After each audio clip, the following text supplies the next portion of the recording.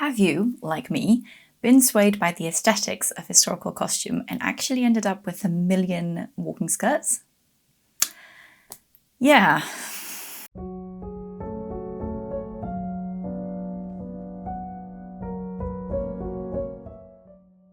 I really love all of my walking skirts. They all have their pros and cons, but I often find them quite hard to style with modern tops. I find proper dress shirts the easiest because they seem to naturally fit with that kind of skirt, but unfortunately that's not something I have a lot of in my wardrobe. Actually, I have two, and they are both 80s does Edwardian kind of things with deflated shoulder pads. Therefore, I think it is finally time to make something that I can actually wear with my historical skirts that is also at least historical adjacent. So let me introduce you to today's project, a late 19th century shirtwaist. Shirtwaist might seem like an odd kind of word. They were sometimes called blouse waists or even just waists in contemporary drafting manuals, and they were typically following the blouse kind of style, but they featured some traditionally male aspects from shirts, such as tailored collars and the front button placket closure.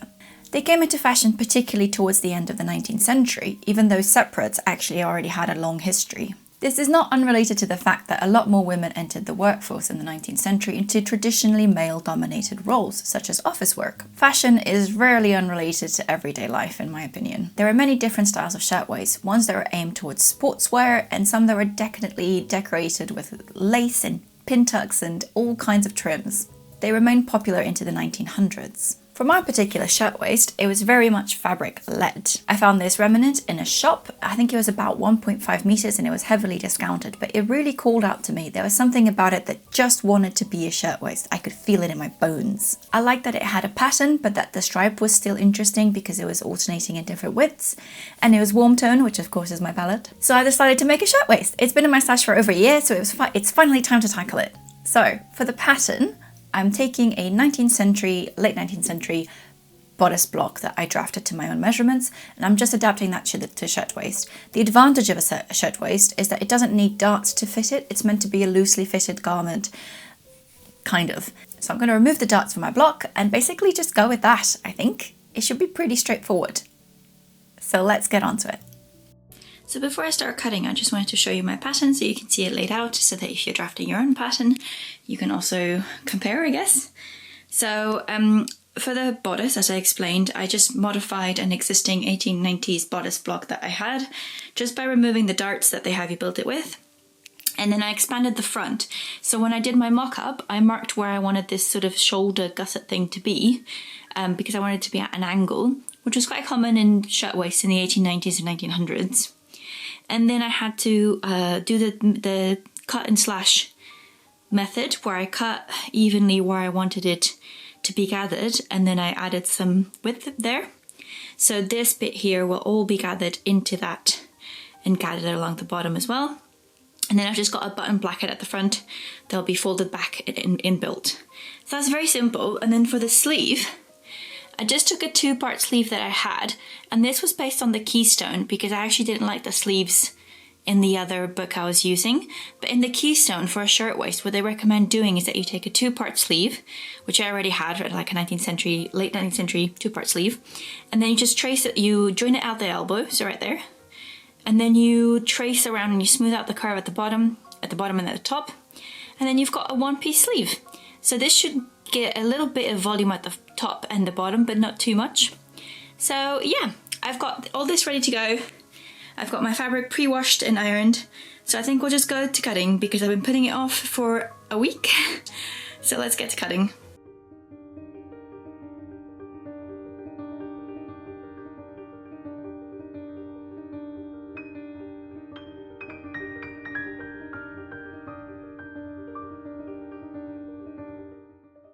So the first thing I've tackled is the button placket. I'm calling it a button placket, but I actually think I'm going to use snaps. Snaps were around definitely in the 1900s, and I just prefer them, I think, because they're just a bit easier. And I want this to be really clean, so I don't want buttons kind of disturbing this line.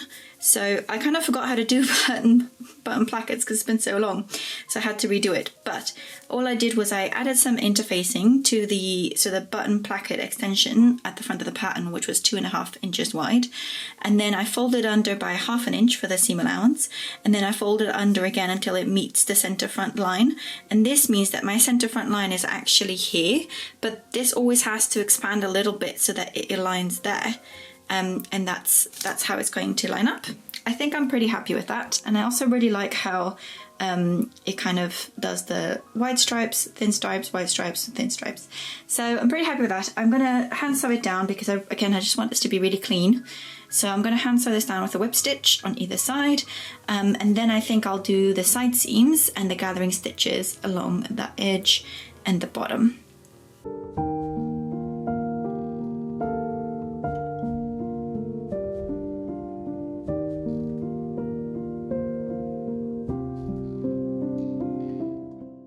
And with that done, it's time to move on to the seams, which are very little in this project, thankfully. I've decided to use French seams. French seams is when technically you sew the same seam twice, but in the second pass you encase the original seam so that all the raw edges are hidden. French seams are mostly appropriate for lightweight fabrics, and this is a great option because it means you can finish seams in a really sturdy, durable way without any visible top stitching, which is exactly what I want. So for French seams, a really quick fire tutorial.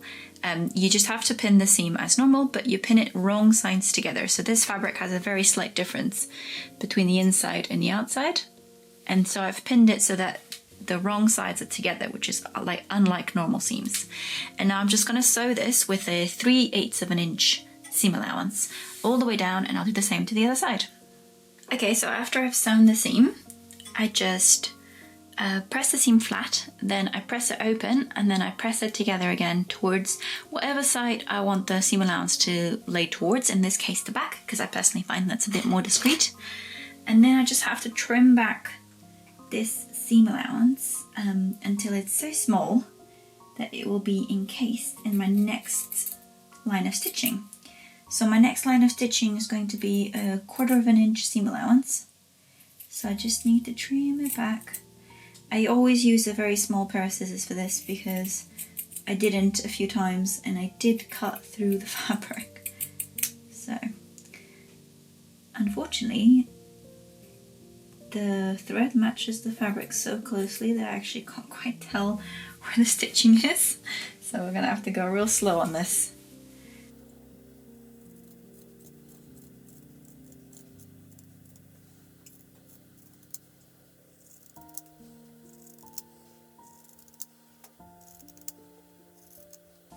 There we go, all done. And now I just have to press the seam again, like this. So you put it so that it's right sides together, like this. And then I just use my fingers to very carefully roll that seam so that the very seam is lying flat, like this. So that when I stitch a 1/4 of an inch away, that previous seam allowance is encapsulated in the new seam. And that makes a very nicely finished, strong and durable seam. So yeah, all done.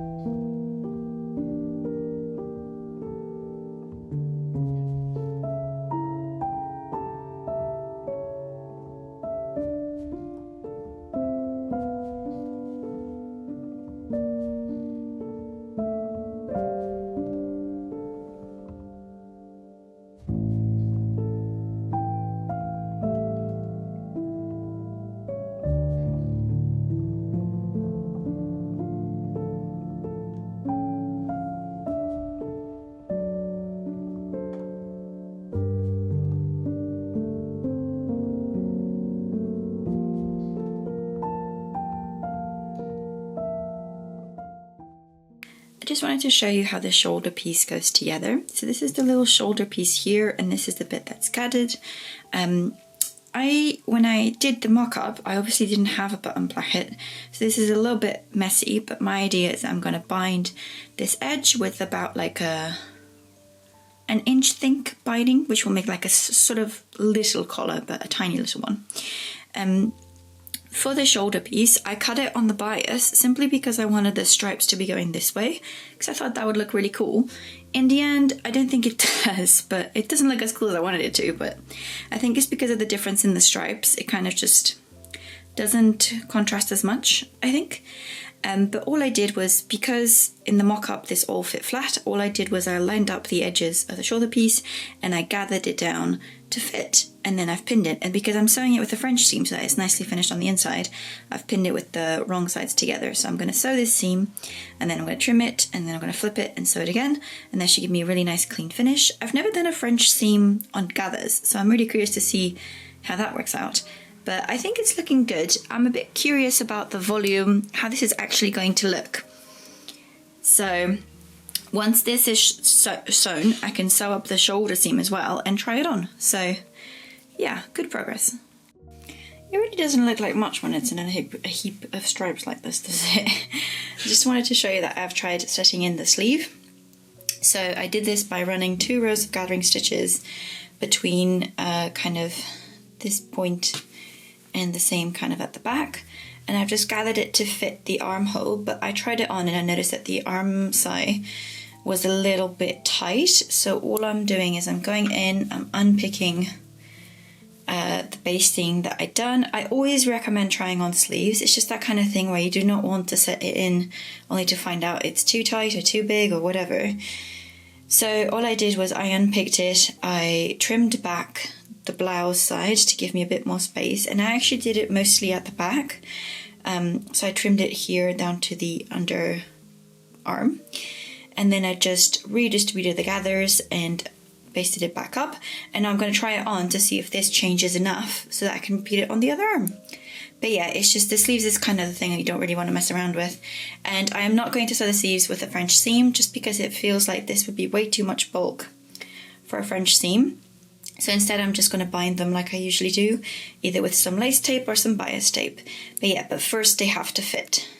So you can kind of see the issue I was experiencing here, where because the arm size is too tight, it's trying to pull the sleeve down my shoulder and into my arm, which leads it to not fit properly over here at the back. Here it is a bit better, you can see, but it is still sitting poorly and I can still feel it tight here. So I'm going to go in and I'm going to open up the arm side just a smidge more. Yeah, because it is struggling to still sit properly. But you can see the improvement just on these sides based on doing that. And you might think, you know, this could be the fit here is wrong, but I think once this can sit loosely where it's meant to properly, this will fall into place as well, and if not, we can tackle it when we get there. But first, I do have to fix the arm side.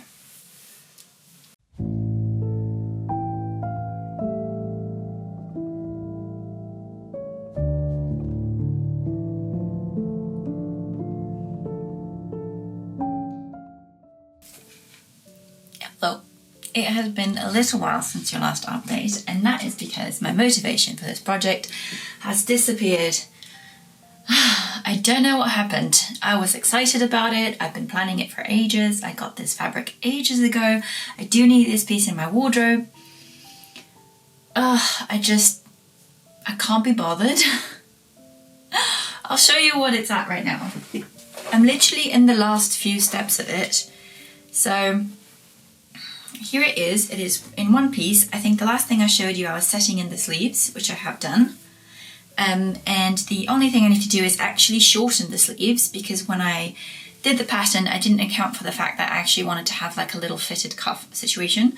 So I've made the cuffs simply by cutting a large rectangle. I've sewn the edges together. I'm just going to turn it out, and then I'm going to leave a little bit of a gap here just for the sleeves to close. I actually made the cuff a little bit bigger. So usually you're meant to do the cuffs to fit your wrist, but I actually made them to fit the widest point of my palm, because that means I don't have to undo the buttons to put it on and off. And I feel like that just will make my life easier, you know. And then the last thing I need to do is just to finish. So instead of adding a collar, so if you wanted to do something super historically accurate, I would recommend doing a collar, because in the 1890s / early 1900s, a collar was very popular, like a high standing collar. However, that's not my preferred look. And I have found some examples of a much smaller, narrow, almost like a binding type of collar. And so that's what I did. I just cut a length of binding on the bias, and I did interface it just to have a little bit more stability, and then I sewed it to the right side, and now I just need to turn in the raw edge and hand sew down the inside, and this gives you a nice little collar. But I think it's because when I tried this on, I noticed that the neckline is sitting a bit weird, a little bit lower, so I wanted this folded edge to be up here, and it's actually sitting a bit lower, and I think that's because when I cut out the, oh no, oh, I accidentally cut a little bit of the button placket.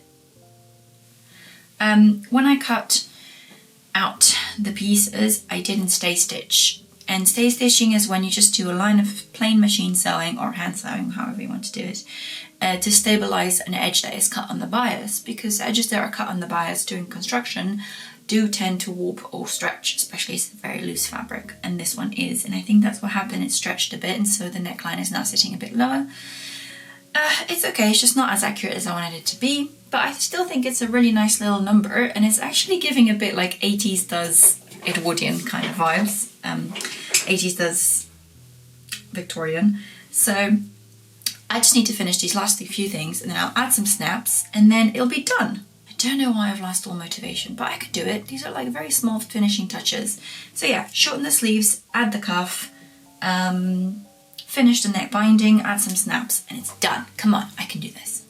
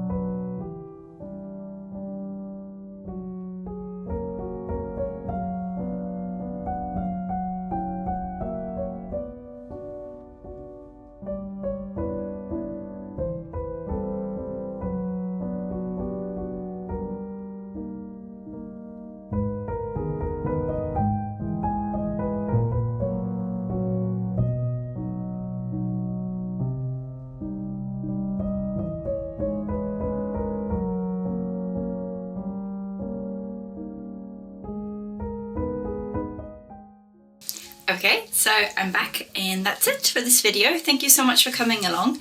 I just wanted to give you a little bit of a project review at the end, because I have worn it now. Actually, I've worn it twice now, I think. Yeah, and there's a few things about this shirtwaist that I'm really happy with. Basically, I'm happy with it overall. I think it's really good. There is one slight issue, which is I think I actually made the sleeves slightly too short. So when I trimmed them back, because when I hang my arms, there's a slight pull here, and you can tell. It's not too short, like they're fine, but I'd much rather it didn't have that pull. So yeah, I think this seam here is just slightly too short. But on the other hand, I made the sleeve cuff. Typically I measure the sleeve cuffs to fit to my arm, but I actually made it wide enough to fit my hand. So even though it has these pretty buttons and, you know, a functional placket, I don't actually have to open it or close it to put it on or off, so that's really easy. And then the other thing, this is okay because I'm wearing thermals because it's really cold outside, see? But I ended up making a hidden closure so that this line is very clear, but it also just closes with snaps. And I could have done buttons, but buttons were a bit more fiddly, And like this, it's super, super easy to put on, and it stays closed and it stays flat really well.